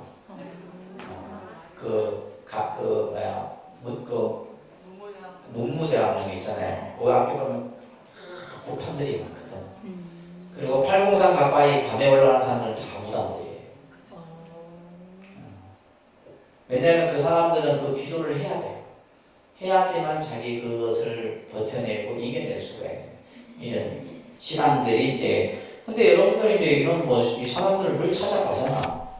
찾아가서 운수 보고 있자는 거네, 그죠? 맞아? 뭔가 이렇게 잘 돼. 근데 이것을 이런 신앙, 예를 들면 자연숭배 신앙이나 예를 들면 무속 신앙이나 이것을 미신이라 생각하면 안 됩니다. 이거 미신이 아니에요. 이게 또 무슨 말인가 하죠, 그죠? 이거는 말 그대로 우리 문화 속에서 내려오는 하나의 토속 신앙이에요. 이걸 가지고 미신은 뭐냐면 여러분들이 미신 믿는 거죠. 절에 오면서 미신을 믿고 있는 거예요. 미신이라는 말은 내 믿음이 불분명한 거예요. 아까 여러분 분명 안 믿잖아. 네? 예를 들면 부처님도 제대로 안 믿고 이게 미신이에요. 그러니까 우리가 용어 자체의 개념을 잘못 이해하는 거예요. 그래서 내 믿음이 미혹한 거예요. 갈팡질팡. 의심을 가지고 긴지 민지 이런 것을 뭐라 한다? 미신이라는 거예요. 그래서 미신 믿지 말라는 말은 확실한 믿음을 가지고 하라는 얘기예요. 무슨 말인지 아시겠죠? 네. 그래서 이러한 샤머니즘 신앙들이 이것은 없어져야 안 없어져요? 안 없어집니다. 이것은 우리 문화이기 때문에 안 없어지는 거예요. 그래서 예를 들면 여러분들 1월 1일 해돋이 할 때 수십만 사람들이 그 해를 보기 위해서 그죠? 손을 모으고 기도하잖아요. 그 가운데 기독교인이 있을까요? 없을까요? 있죠. 예를 들면 해신앙 숭배하는 사람들이 모이는 건 아니잖아. 그냥 불교 신자도 있고 다 있단 말이에요. 왜 그래요? 그것이 우리 문화이기 때문에. 그 다음에 정월 보름 바다를 보고 우리가 소원을 이루고 하는 그 우리 문화입니다. 이것은 어떤 종교가 고등 종교가 생겨나기 이전부터 행해져 왔던 것들이에요. 그래서 예를 들면 여러분들 어머니 세대들이 정한수 떠놓고 그죠? 정한수 떠놓고 막 이렇게 막 시선이. 근데 그분들은 실제 믿음이 있었어요. 무슨 말인지 아세요? 그분들은 믿음을 가지고 하는 거예요. 왜냐하면 내가 이렇게 정성을 들이면 우리 아들들이, 우리 자식들이 잘 된다는 믿음을 가지고 하기 때문에 그래서 여러분들 자식들이 다 잘 된 거예요. 남편분들 얘기하는 거예요, 지금. 근데 여러분들은 부처님 법을 믿고 다니면서도 믿음이 불분명하니까 뭐예요? 미신을 믿고 있는 거예요.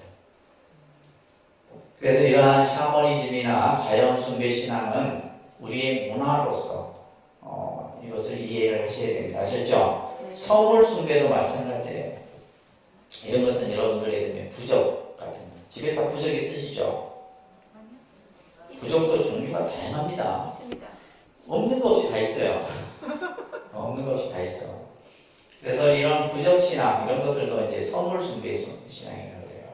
그래서 예를 들면 우리 불자들이 공짜 목걸이를 차고 다니는지, 예를 들면 기독교인들이 십자가 목걸이, 또 예를 들면 합장줄 이거 차고 다니는 거. 그래서 군대 간 자녀들이 보면 이제 어머니가 준 합장줄 이렇게 차고 있으면 마음이 든든하다 그래요. 이게 바로 신앙이에요.